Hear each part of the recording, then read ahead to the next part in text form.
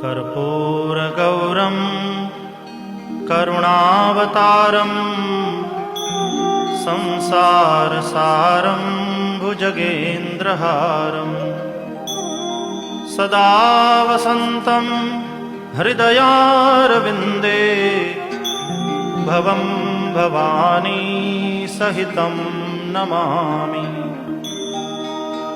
मङ्गलं भगवान् शम्भुः मङ्गलं वृषभध्वजः मङ्गलं पार्वतीनाथो मङ्गलायतनोहरः।